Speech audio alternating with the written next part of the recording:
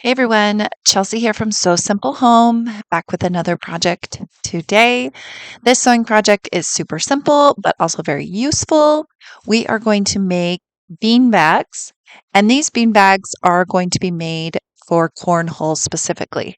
Now, I am using two different colors. I'm using blue and orange because my husband is a big Boise State Bronco fan. And so one set of beanbags is going to be orange and the other will be blue.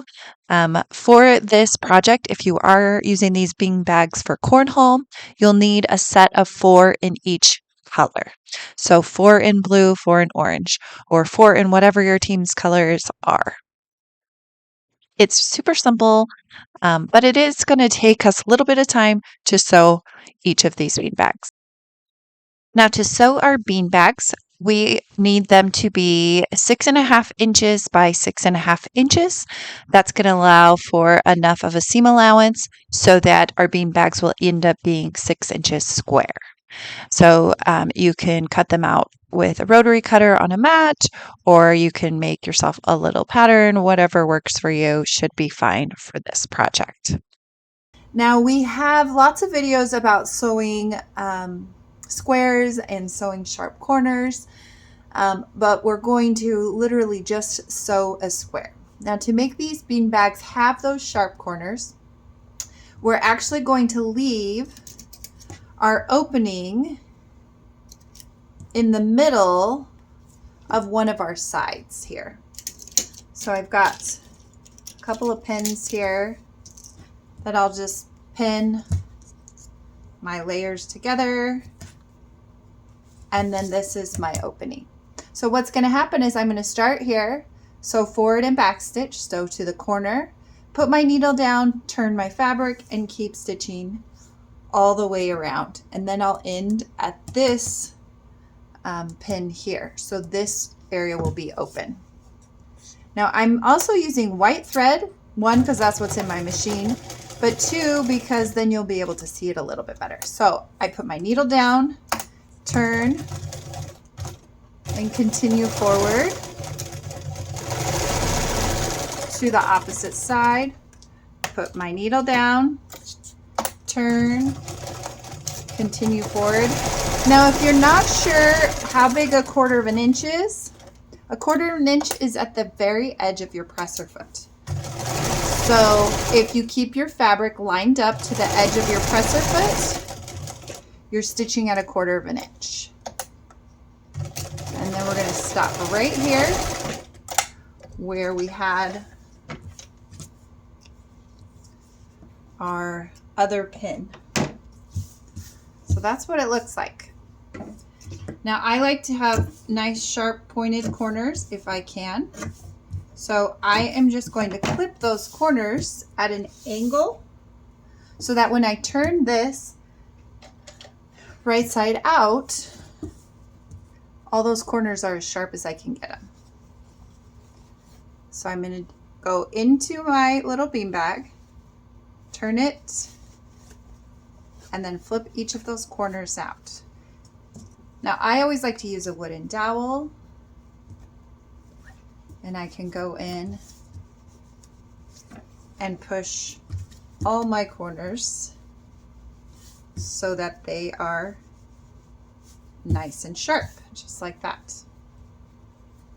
So there's my little bean bag. Now I'm going to continue this with my other 7 bean bags, and then we'll come back together and finish them off. Here are the blue ones. And I thought about doing a separate design, doing a different, but I figured, doesn't matter all that much. So there's all the blue. There's the orange. Those look nice. So you can always find cut files online for all the different teams if you're wanting to do teams. Now we are going to fill our bean bags. Now you want them to be pretty full and heavy.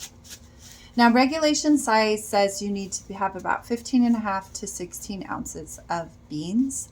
But that's a lot of beans to put into these bean bags, this size of bean bag.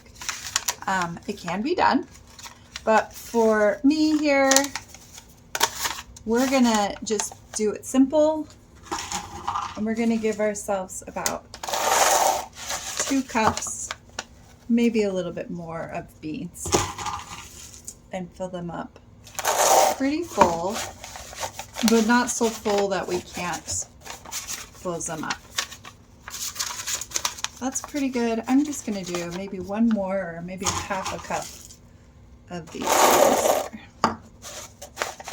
So if we get too full, then it gets really hard to sew them. So that seems pretty good. If we weigh it here,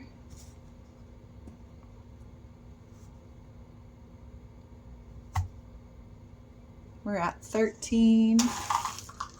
See if we can add just a little bit more. So that's at 15, and that's pretty full. In fact, I think that might be just a little too full. So we're going to fill it up quite a bit, and you can just see how fat they are. Okay, and then to make it a little bit easier to sew, I'm actually going to use hem tape. Now, hem tape is like a heat and bond interfacing. You apply it to a hem, and then you add some heat, and it fuses that hem together. So what we're going to do is we're going to fuse our opening together, so that we did it on this one so that it's closed, but then we can actually stitch it too. Whoops.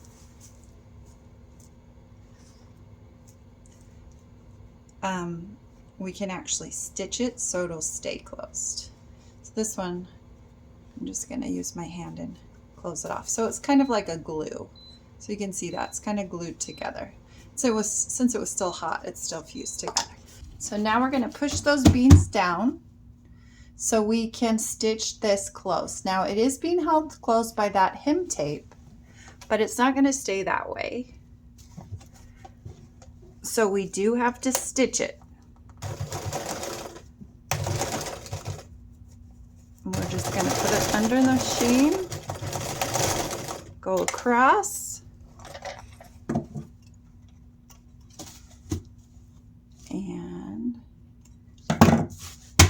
and now it's stitched close. Now you can choose where this opening is. I didn't do a really good placement. I probably should have put it on the side or the bottom, but ultimately it has to be stitched either way. Now mine is white, just so you guys can see it a little bit better. I would normally maybe do this in orange and do the other one in blue, so you can't see the stitching and it blends a little bit more with the bean bag.